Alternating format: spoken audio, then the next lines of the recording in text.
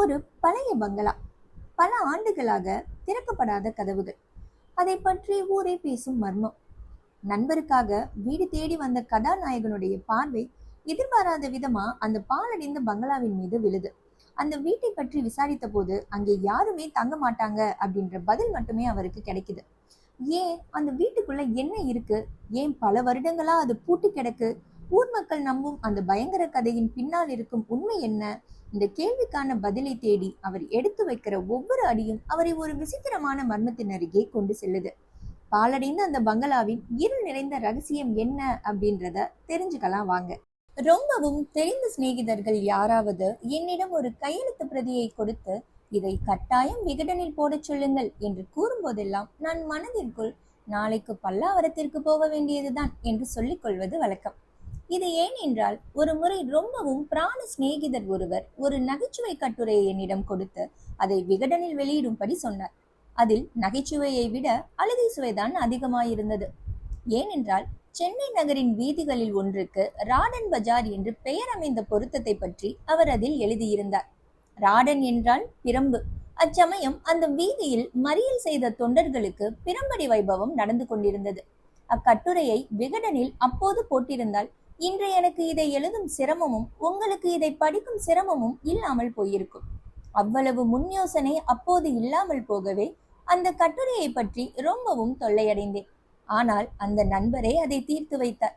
அன்று மத்தியானம் கொஞ்சம் பல்லாவரத்திற்கு போய் வர வேண்டும் என்று நான் சொல்ல, நண்பர் தமது மோட்டார் சைக்கிளில் என்னை ஏற்றி கொண்டு போவதாக சொன்னார். அவ்வாறே சைக்கிளின் பின்பீடத்தில் நான் உட்கார்ந்து கொள்ள அவர் சைக்கிளை விட்டு சென்றார். கிளம்பும் போது அவருடைய நகைச்சுவை கட்டுரை என்னிடம் இருந்தது. பல்லாவரம் போய் சேர்ந்த போது பார்க்கையில் கட்டுரையை காணவில்லை. உடனே இதை அவரிடம் தெரிவித்தால் போன காரியம் ஆவதற்குள் திரும்பி விடுவார் என்று பயந்து காரியம் ஆன பிறகுதான் தெரிவித்தேன். அதுவும் அவருடைய மோட்டார் சைக்கிளின் குலுக்கி போடும் சக்தியை பற்றி ஓர் அத்தியாயம் புகழ்ந்து விட்டு விஷயத்தை சொன்னேன். மனுஷரின் முகத்தில் ஒரு ஈ கொசு கூட ஆடவில்லை. போகிறது, உம்மை நீரே கெட்டு போக்கிக் கொள்ளாமல் இருக்கிறீரே, அதுவே பெரிய காரியம்தான் என்றார். திரும்பி வரும் வழியில் ஏதாவது வெள்ளையாய் தெரிந்த இடத்தில் எல்லாம் சைக்கிளை நிறுத்தி நிறுத்தி பார்த்து கொண்டு வந்தார். அப்படி நிறுத்திய இடத்திலெல்லாம் எங்கே அது அகப்பட்டு விடுகிறதோ என்று எனக்கும் திக்கு திக்கு என்று அடித்துக் கொண்டிருந்தது. நல்ல வேளையாய் அகப்படவில்லை. ஆனால் இப்போது நான் உங்களுக்கு சொல்ல வந்த விஷயம் அதுவன்று. பல்லாவரத்துக்கு ஒரு காரியமாக போனேன் என்று கூறினேன் அல்லவா? அந்த காரியத்தை பற்றி சொல்ல வேண்டும் என்றுதான் இதை எழுத ஆரம்பித்தேன். தஞ்சாவூர் ஜில்லாவில் உள்ள என் சிநேகிதர் ஒருவர் தேக சுகத்துக்காக பல்லாவரத்தில் வந்து சில காலம் வசிக்க விரும்பினார்.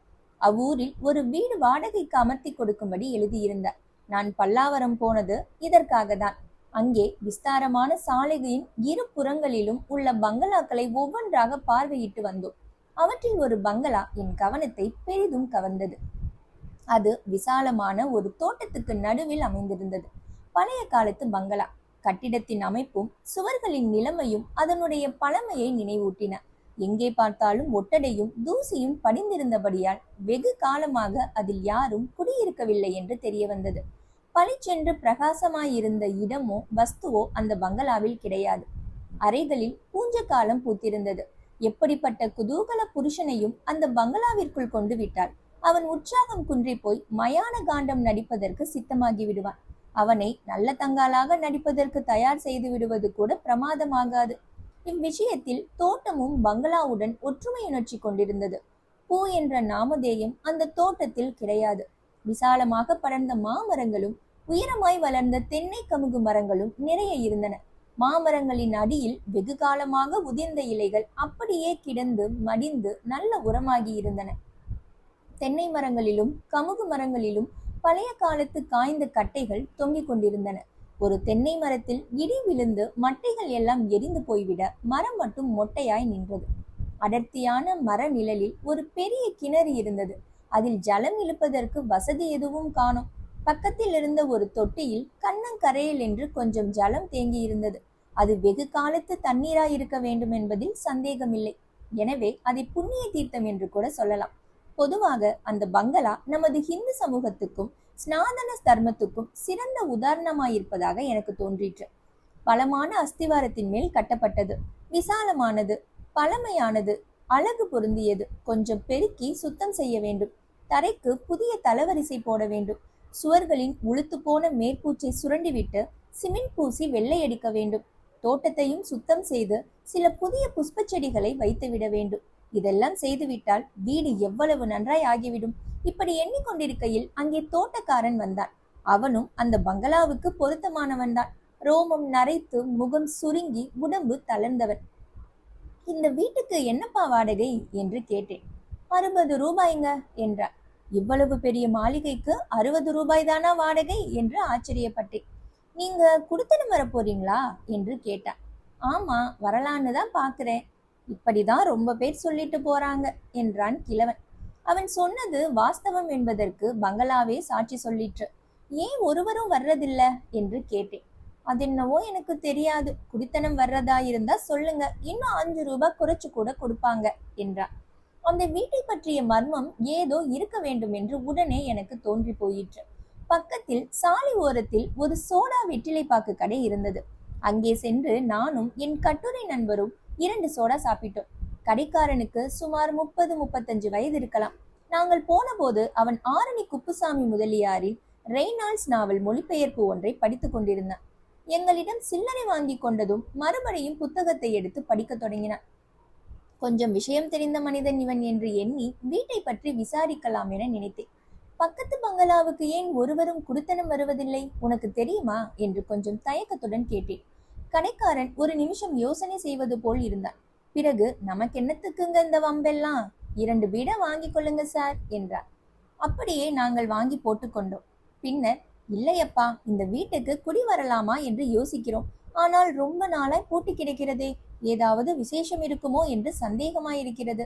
அதுதான் உனக்கு ஏதாவது தெரியுமா என்று கேட்டேன் என்றான். விசேஷம் இல்லாமல் 40 வருஷமாய் ஒரு வீடு பூட்டி கிடக்குமா என்றான் கடைக்காரன். அந்த விசேஷத்தை தெரிந்து கொள்ள வேண்டும் என்றுதான் உன்னை கேட்கிறது. அப்படியானால் இந்த பெஞ்சில் உட்காருங்கள், சொல்கிறேன், பெரிய கதை என்றான் கடைக்காரன். நாங்கள் உட்கார்ந்தோம். கடைக்காரன் கதை சொல்லி முடிப்பதற்குள் 2 கலர், 2 அணா பெப்பர்மின், 3/4 அணா வெற்றிலை பாக்கு இவ்வளவும் தீர்த்து விட்டோம். அவன் சொன்னதில் வீண் வளர்த்தர்களை விட்டுவிட்டு விஷயத்தை மட்டும் இங்கே சொல்கிறேன். துபாஸ் வரதராஜ முதலியார் என்று ஒருவர் இருந்தார். அவருக்கு விதிராஜித சொத்தோடு சுயார்ஜித சொத்தும் ஏராளமாய் இருந்தது. வெகு காலம் அவருக்கு சந்தானம் இல்லாமல் இருந்து கடைசியாக ஒரு பெண் குழந்தை பிறந்தது. அவருடைய மனைவிக்கு க்ஷயரோகத்தின் அறிகுறிகள் இருப்பதாகவும் பல்லாவரத்தில் குடியிருந்தால் நல்லதென்றும் வைத்தியர்கள் சொன்னதன் மேல் முதலியார் இங்கே குடிவந்தார். அச்சமயம்தான் இங்கேயே நிரந்தரமாய் வசிக்கலாம் என்ற எண்ணத்துடன் இந்த பங்களாவை 80,000 ரூபாய் செலவு செய்து கட்டினார். ஆனால் பங்களா கட்டி முடிவதற்குள் அவருடைய மனைவி காலமானார். பாவி மனிதர். அதற்கு பிறகு இளைய தாரமாக ஒருத்தியை மணந்தார். அவளுடனும் மூத்த தாரத்தின் பெண் செங்கமலத்துடனும் புது வீட்டில் குடித்தனம் செய்யலானார். ஆனால் ஆரம்பத்திலிருந்தே அவருடைய இளைய தாரத்துக்கு செங்கமலத்தின் மேல் அசூசையும் துவேஷமும் வளர்ந்து வர தொடங்கின. தான் இந்த கிழவனை கட்டிக்கொள்ள வேண்டி வந்ததில் ஏற்பட்ட கோபம், ஆத்திரம் எல்லாவற்றையும் அந்த ஏழை பெண்ணின் மேல் காட்டலானார். முதலியாரோ ஒரு பக்கத்தில் தம் இளம் மனைவியின் மோகாந்தரத்தில் மூழ்கியிருந்தார். மற்றொரு பக்கம் செங்கமலத்தின் மீது தம்முடைய உயிரையே வைத்திருந்தார். இவர்கள் 2 பேருக்கும் பரஸ்பர நேசம் உண்டு பண்ண அவர் செய்த முயற்சியெல்லாம் வீணாயிற்று. கடைசியாக செங்கமலத்துக்கு வயது 12 ஆன போது முதலியார் ஒரு நாள் அவளுடன் கொஞ்சி விளையாடி கொண்டிருந்தார். அச்சமயம் அவள் தன் சிற்றன்னையின் மேல் ஏதோ புகார் சொன்னாள். அதை கேட்டுக்கொண்டிருந்த கற்பகம் தன்னை மீறி கோபம் கொண்டவளாய் அச்சமயம் கரிக்காய் நறுக்கி கொண்டிருந்த கத்தியை எடுத்துக்கொண்டு ஓடி வந்து செங்கமலத்தை ஒரே குத்தாய் குத்திவிட்டார். பாவம், அந்த பெண் உடனே செத்து விழுந்து விட்டது. முதலியார் தவியாய் தவித்தார். கொல்லப்பட்டவளோ தம் அருமை பெண், கொலைகாரியோ தம் ஆசை மனைவி.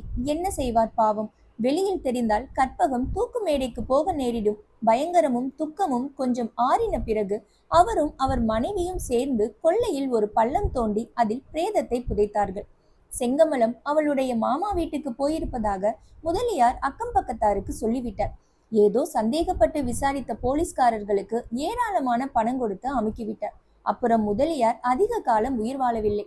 செங்கமலம் செங்கமலம் என்று புலம்பிக் கொண்டே இருந்து பிராணனை விட்டார். அவருடைய ஆவி அந்த பங்களாவின் தோட்டத்தில் உலாவிக் கொண்டே இருக்கிறது.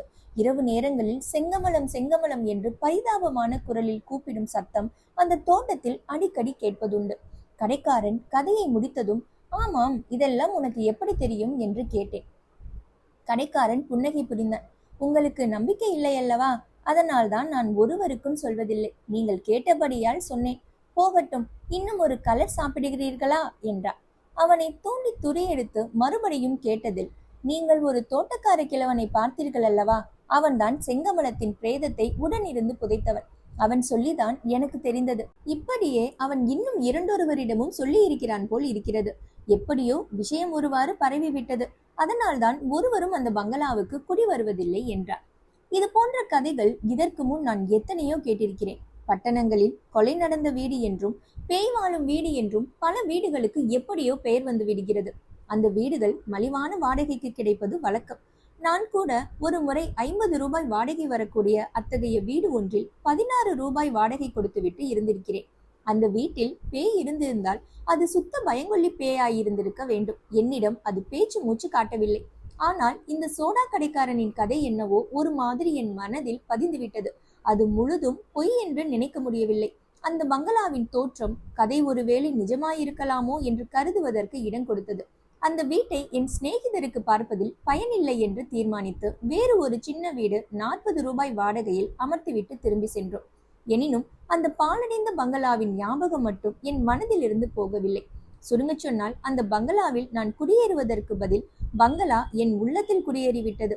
ஏதாவது தீவிரமாக வேலை செய்து கொண்டிருக்கையில் திடீரென்று கற்பகம் கையில் சூரிகத்தியுடன் ஓடி வந்து தந்தையுடன் கொஞ்சி கொண்டிருக்கும் செங்கமலத்தை குத்தப்போகும் காட்சி என் மனக்கண் முன் தோன்றும். அப்புறம் வேலை ஒன்றும் கொஞ்ச நேரத்துக்கு ஓடாது. இதனுடைய நிஜம் பொய்யை கண்டுபிடித்து நிச்சயம் பெறாவிட்டால் என் வாழ்க்கையே துன்பமயமாகிவிடும் என்று பயப்படலானேன்.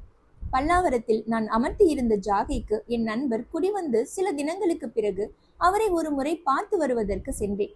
க்ஷயரோகம், கொசுக்கடி, தமிழ் நாடக மேடை, முதல் நாள் நடந்த கோர பஸ் விபத்து முதலிய உற்சாகமான விஷயங்களை பற்றி பேசியான பிறகு என் நண்பர், அதெல்லாம் இருக்கட்டும், பேய்களை பற்றி உங்கள் அபிப்பிராயம் என்ன என்று பரபரப்புடன் கேட்டார்.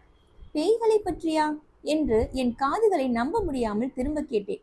ஆமாம், பேய்களை பற்றிதான். பேய்களை பற்றி என் அபிப்பிராயம் அவை சுத்த பேய்கள் என்பதே.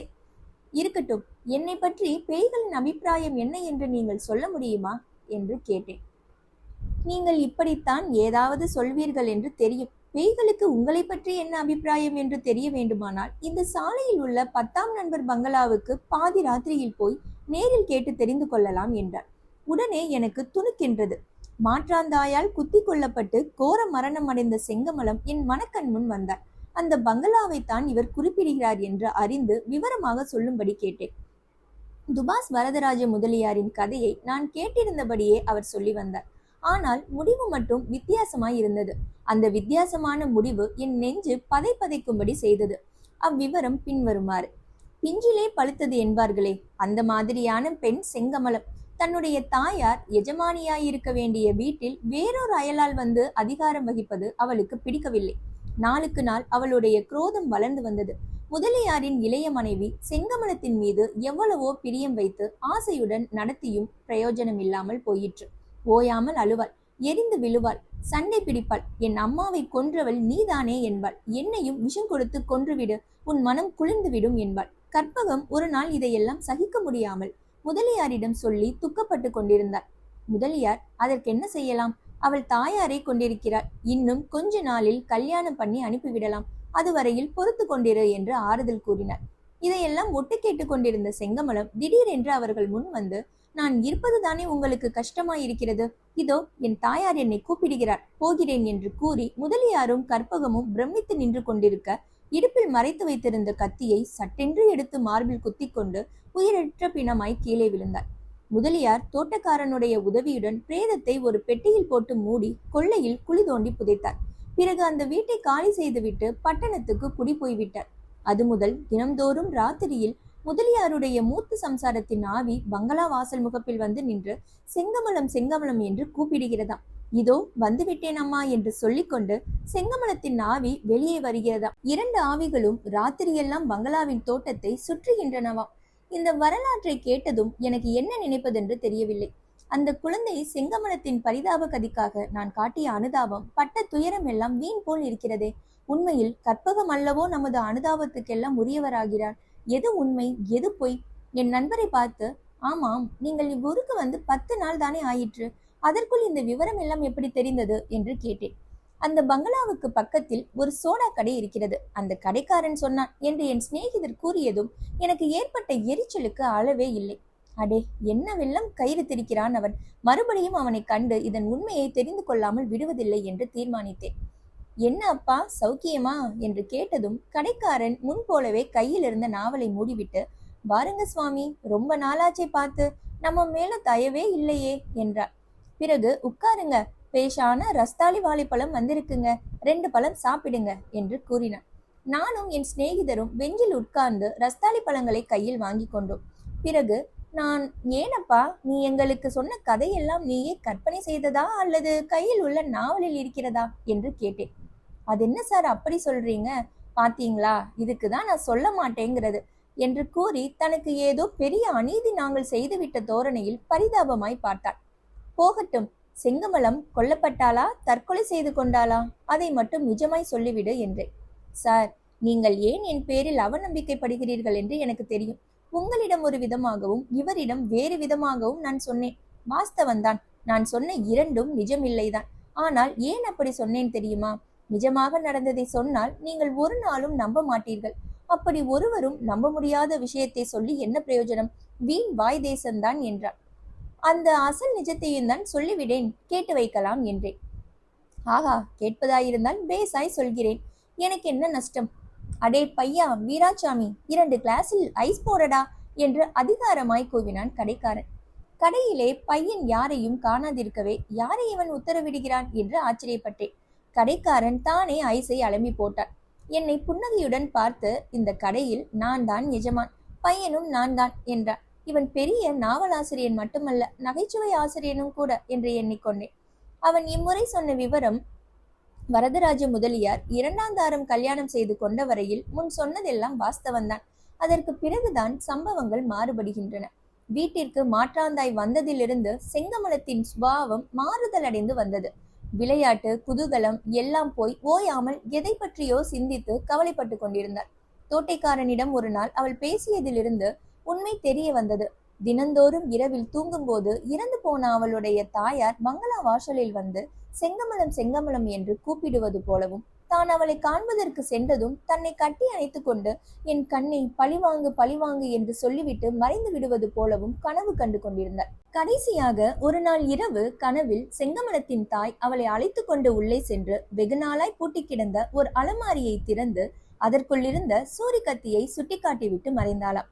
மறுநாள் செங்கமலம் அந்த அலமாரியை திறந்து பார்த்தபோது அதற்குள் ஒரு சூரிக்கத்தி இருந்ததாம். சில தினங்களுக்கு பிறகு ஒரு நாள் முதலியாரிடம் கற்பகம் தன்னுடைய குறைகளை சொல்லிக் கொண்டிருந்தாள். செங்கமலத்தை ஏதோ பிசாசு பிடித்திருக்க வேண்டும் என்றும், இல்லாவிட்டால் இப்படி அவள் படுத்த மாட்டாள் என்றும் சொல்ல முதலியார் என்ன செய்யலாம்? அவள் தாயார் உயிரோடு இருக்கும் போதே பிசாசாய்த்தான் இருந்தாள். இப்போது அசல் பிசாசாய் வந்து பெண்ணை பிடித்திருக்கிறாள் போல் இருக்கிறது என்றாராம். இதை ஒட்டு கேட்டுக் கொண்டிருந்த செங்கமலம் ஓட்டமாய் ஓடி அலமாரியிலிருந்து சூரிக்கத்தியை மறைத்து எடுத்து கொண்டு வந்து, ஆமாம், நானும் பிசாசுதான், என் அம்மாவும் பிசாசுதான் என்று கூவிக்கொண்டே சட்டென்று சூரியை எடுத்து கற்பகத்தின் மார்பில் குத்திவிட்டாளாம். அடி பாவி சண்டாளி, என்ன செய்து விட்டாய் என்று முதலியார் கதறிக்கொண்டு எழுந்திருப்பதற்குள் செங்கமலம் அதே சூரிக்கத்தியை தன்னுடைய மார்பிலும் குத்தி கொண்டு பிணமாய் விழுந்தார். தோட்டக்காரனுடைய ஒத்தாசையினால் அவர்கள் 2 பேருடைய உடல்களையும் தோட்டத்தில் புதைத்த முதலியார் தாமும் சில தினங்களுக்கெல்லாம் சித்தப்பிரமை பிடித்தவராய் தூக்கு போட்டு கொண்டு இறந்தார். அது முதல் இரவு நேரங்களில் அந்த 4 பேருடைய ஆவிகளும் அந்த பங்களா தோட்டத்தில் அலைந்து கொண்டிருக்கின்றன. தினந்தோறும் இருட்டி கொஞ்ச நேரத்திற்கெல்லாம் முதலியாருடைய மூத்த மனைவியின் ஆவி பங்களா வாசலில் வந்து நின்று செங்கமலம் செங்கமலம் என்று கூப்பிடுகிறது. உடனே செங்கமலத்தின் ஆவி, அம்மா இதோ வந்து விட்டேன் என்று கூவிக்கொண்டு ஓடி வருகிறது. பிறகு 2 ஆவிகளும் பழிவாங்கு பழிவாங்கு என்று அலறிக்கொண்டு தோட்டத்தில் பாய்கின்றன. அங்கே முதலியாருடைய ஆவியும் அவருடைய இளைய மனைவியின் ஆவியும் அடி பாவி சண்டாளி பிசாசே என்று கதறிக்கொண்டு கூத்தாடுகின்றன. இவ்வாறு 4 ஆவிகளும் இரவு முழுவதும் அந்த தோட்டத்தில் சுற்றி சுற்றி அலைந்து கொண்டிருக்கின்றன. சோடா கடைக்காரன் மேற்படி கதையை சொல்லி முடித்தபோது எங்கள் தேகத்தில் இருந்த ரோமங்கள் எல்லாம் குத்திட்டு நின்றன. சூரியன் அஸ்தமித்து இருள் சூழ்ந்து விட்டபடியால் பயங்கரம் அதிகமாயிருந்தது. இவன் சொல்வது பெரும் புழுகு, இப்படியெல்லாம் நிஜமாக நடந்திருக்க முடியாது என்று என்னுடைய அறிவு அடிக்கடி இடித்து கூறி வந்தது. அதிலும் அந்த பங்களாவின் தோற்றம் மனதின் முன் வந்தபோது ஒருவேளை நிஜமாய் கூட இருக்கலாமோ என்று தோன்றிற்று. ஆனால் அவன் கூறிய 3 விவரங்களில் எது நிஜம் எது பொய் கற்பகம் செங்கமலத்தை கொன்றாளா அல்லது செங்கமலம்தான் கற்பகத்தை கொன்றாளா? செங்கமலமும் முதலியாரும் தற்கொலை செய்து கொண்டது உண்மையா? இப்படியாக என்னுடைய மனதை குழப்பிவிடும் சக்தி ஒரு மனிதனுக்கு இருக்கும் என்று நான் நினைத்ததே இல்லை. பல்லாவரவாசிகளில் இன்னும் சிலரை மறுநாள் விசாரித்தேன். அவர்கள் எல்லோரும் வெகு காலமாய் அந்த பங்களா பூட்டி கிடக்கிறது, ஒருவரும் குடி வருவதில்லை, அதில் ஏதோ கொலை நடந்ததென்றும் பேய் குடிக்கொண்டிருப்பதாகவும் சொல்கிறார்கள் என்று பொதுப்படையாக கூறினார்களே தவிர ஒருவராவது திட்டமான விவரம் தெரிவிக்கவில்லை. என் மனம் அமைதி இழந்தது. அபாரமாய் கோபம் பொங்கிக் கொண்டு வந்தது. இதனுடைய நிஜம் பொய்யை கண்டுபிடிக்க முடியவில்லை என்று எண்ணிய போதெல்லாம் பற்களை நரநரவென்று கடிக்க தொடங்கினேன். தூக்கத்தில் என்னவெல்லாமோ பயங்கரமான கனவுகள் கண்டு விழித்துக் கொள்வேன். உடம்பெல்லாம் வியர்வையினால் நனைந்திருக்கும். எனக்குத்தான் ஏதோ பேய்களின் சேஷ்டை ஏற்பட்டு விட்டதென்பதாக என்னுடைய வீட்டார் பயப்படராயினர். 2 மாதத்திற்கு பிறகு ஒரு நாள் மாலை 7 மணிக்கு என் நண்பர் வீட்டுக்கு மறுபடியும் போனேன். அச்சமயம் வீடு பூட்டியிருந்தது. அவர் பட்டணத்துக்கு போயிருக்கிறார் என்றும் சீக்கிரம் வந்து விடுவார் என்றும் வேலைக்காரன் சொன்னார். சற்று நேரம் வாசலிலேயே நின்று கொண்டிருந்தேன். பிறகு பாலடைந்த பங்களாவின் ஞாபகம் வந்தது. இரவு நேரத்தில் அதை பார்த்துவிட வேண்டும் என்னும் அவா ஏற்பட்டது. ஒரு பக்கம் பயமாயிருந்தாலும் மற்றொரு பக்கம் அந்த அவாவை அடக்க முடியவில்லை. ஆகவே அங்கிருந்து கிளம்பி சாலையோடு போனேன்.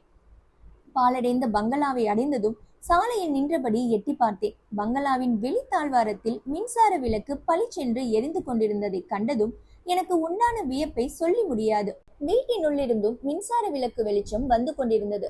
கடைசியில் யாரோ துணிந்து குடித்தனம் வந்து விட்டார்கள் போல் இருக்கிறது. அத்தகைய வீரர்கள் யார் என்று தெரிந்து கொள்ள எனக்கு பேராவல் உண்டாயிற்று.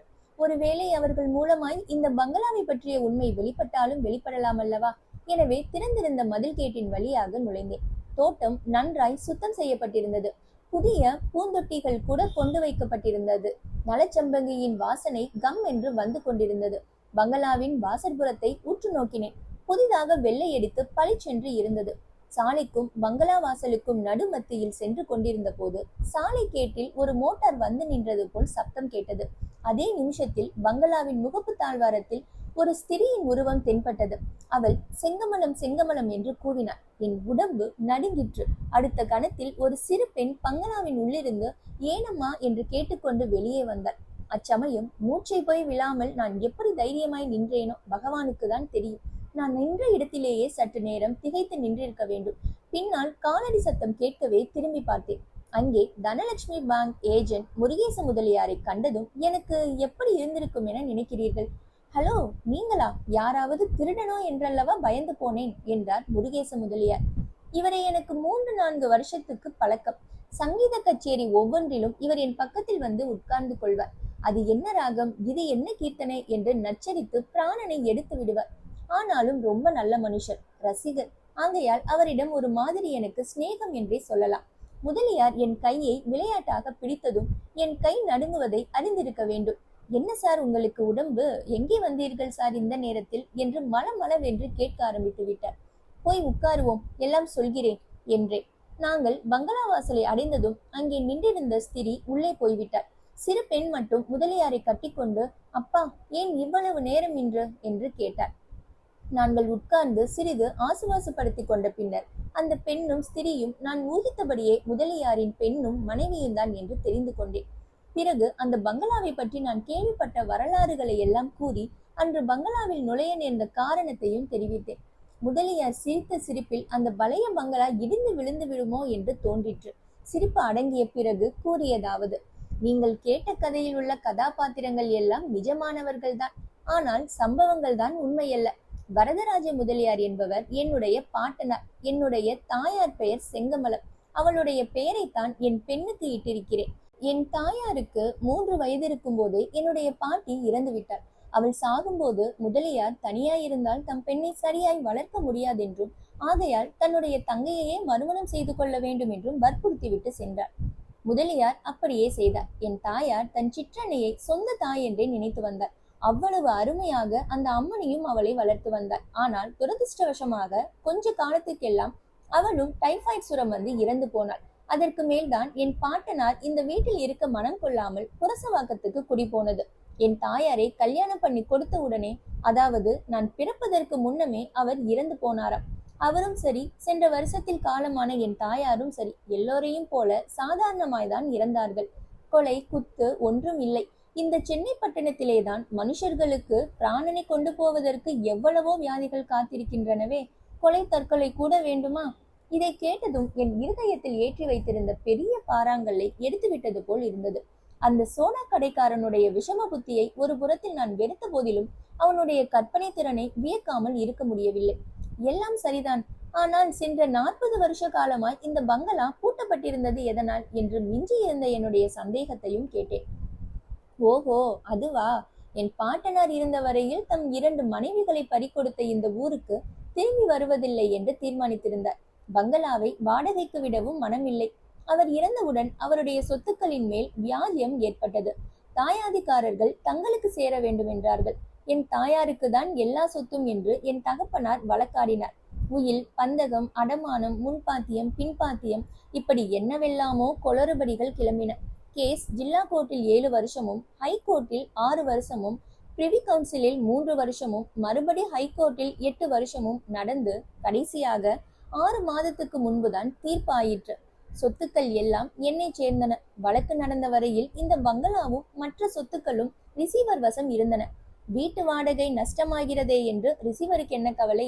போதாதற்கு அதற்கு முன்னாலேயே ஊரில் பேய் வதந்தி வேறு கிளம்பிவிட்டது போலிருக்கிறது என்று முதலியார் முடித்தார். இவ்வாறு அந்த பங்களாவில் இத்தனை நாளும் குடியிருந்த பேய் வியாஜியம் என்னும் பேய்தான் என்று அறிந்து கொண்டவனாய் மன நிம்மதியுடன் முதலியாரிடம் உத்தரவு பெற்று சென்றேன்.